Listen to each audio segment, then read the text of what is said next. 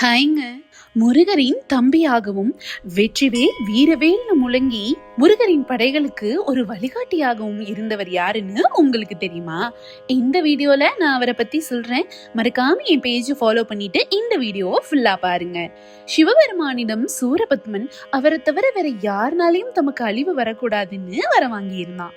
ஆனா அவனுடைய அட்டூழியம் தாங்க முடியாமல் முனிவர்களும் தேவர்களும் சிவபெருமானின் அம்சமாகவே ஒரு குழந்தை வந்து சூரன் அழிக்கணும்னு சிவபெருமானிடம் வேண்டுகோள் வச்சாங்க.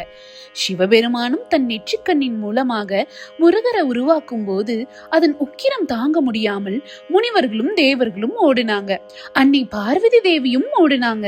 அன்னையும் அப்பனும் சமம்தானே, ஏன் பார்வதி தேவி ஓடணும்? ஏன்னா அதுக்கு ஒரு முக்கியமான காரணம் இருந்தது. அன்னை அப்படி ஓடும்போது அவங்களுடைய கார் சிலம்பில் இருந்த நவரத்தினங்கள் எல்லாம் ஒரு பெண்ணா உருவெடுத்தது.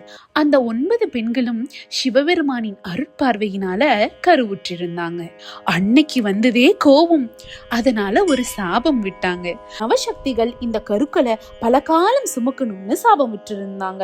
அந்த கருக்களும் வளர்ந்து வாலிப வயதை எட்டி இருந்தது. நவசக்திகள் சிவபெருமானிடம் போய் முறையிட்டாங்க. சிவபெருமான் சொன்னார், அன்னை பார்வதி தேவி உலகத்திற்கே அன்னை, அவளிடம் போய் முறையிடுங்க, அவள் ஒரு வழி காட்டுவாள்னு சொன்னாரு. பார்வதி தேவியும் சிரிச்சிட்டே இந்த குழந்தைகள் ஜனிக்கலாம்னு வரம் கொடுத்தாங்க. அப்படி மாணிக்கவல்லியிடமிருந்து வீரபாகு, மௌதிகவல்லியிடமிருந்து வீரகேசரி, புஷ்பராகவல்லியிடமிருந்து வீர மகேந்திரர், கோமேதகவல்லியிடமிருந்து வீர மகேஸ்வரர், வைடூரியவல்லியிடமிருந்து வீர புரந்தரர், வைரவல்லியிடமிருந்து வீராகதர், மரகதவல்லியிடமிருந்து வீரமார்த்தாண்டர், பவளவல்லியிடமிருந்து வீராந்த, இந்திர நீலவல்லியிடமிருந்து வீராதீரர்னு இந்த 9 நவசக்திகளும் 9 நவவீரர்களை ஜனிக்க வச்சாங்க. அது மட்டும் இல்லாமல் இந்த நவசக்திகளின் ஒவ்வொரு வேர்வை துளியிலிருந்தும் 1,00,000 குழந்தைகள் பிறந்தாங்க. மொத்தமா 1,09 குழந்தைகள் ஜனிச்சாங்க. தம்பியுடைய அன்படை காஞ்சான்னு சொல்லுவாங்க. ஆனா ஒரு படையவே, அதாவது 1,09 தம்பிகளை கொண்ட முருகர் யாருக்காவது பயப்படுவாரா என்ன? முருகனுக்கும் சூரபத்மனுக்கும் நடந்த போர்ல இந்த 1,09 தம்பிகளில் ஒருவராயிருந்த வீரபாகு என்றவர் தான் படை தளபதியாகவும் தூதுவனாகவும் இருந்தாரு.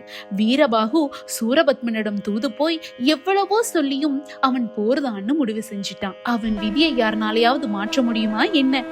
முதல் 2 நாட்கள் நடந்த போர்ல வீரபாகுவின் போர் திறமையை கண்டு சூரபத்மனின் படையே கதி கலங்கி போய் நின்றது. வீரபாகுவை இந்த அளவுக்கு போர் செய்றானே, முருகர் வந்தா நம்ம நிலைமை என்ன ஆகும்னு எண்ணிய சூரபத்மனின் மகன் பானுகோபன் அவனுடைய பாட்டியான மாயைன்றவங்க கிட்ட இருந்தும் ஒரு மாய அஸ்திரத்தை வாங்கி 3வது நாள் போர்க்களத்துல வீரபாகுவை வீழ்த்த நினைச்சான். அவன் வீழ்த்த நினைச்சது யாரு? முருகருடைய துணிச்சலான கரமாச்சே, அவ்வளவு எளிதா வீழ்த்த முடியுமா என்ன? 3வது நாள் போர்ல வீரபாகுவும் பானுகோபனும் வெகு தீவிரமா போர் புரிஞ்சுக்கிட்டு இருக்கும் போது பானுகோபன் இந்த மாய அஸ்திரத்தை எய்தினான். அடுத்த நொடியே வீரபாகுவும் அவன் படைகளும் மதிமயங்கி உயிர் கலங்கி 7 கடல் தாண்டி போய் அவர்களுடைய உடல்கள் விழுந்தன. பானுகோபன் ஒரே ஆரவாரம். இவ்வளவு எளிமையா இவங்களை வென்றுட்டமேன்னு ரொம்ப சந்தோஷப்பட்டான். ஆனா அது ரொம்ப நேரம் நிலைக்கல. இதுல ஒரு சூட்சுமம் இருக்கு பாருங்க. அப்பா முருகான்னு நம்ம நினைச்சிருவோன்றதற்காகவே முதல்ல அந்த அஸ்திரம் மதிய மயக்குது. ஆனா நம்ம நினைக்கவே வேண்டாம், நமக்கு துன்பம் வரும் வேளையில முருகர் வந்து நிற்பாரு. அப்படித்தான் முருகரின் அம்சமா இருந்த வேலை அனுப்பிச்சு வச்சாரு. அந்த திருவேல் 7 கடல் தாண்டி போய் அந்த மாய அஸ்திரத்தின் கட்டை அவிழ்த்துச்சு.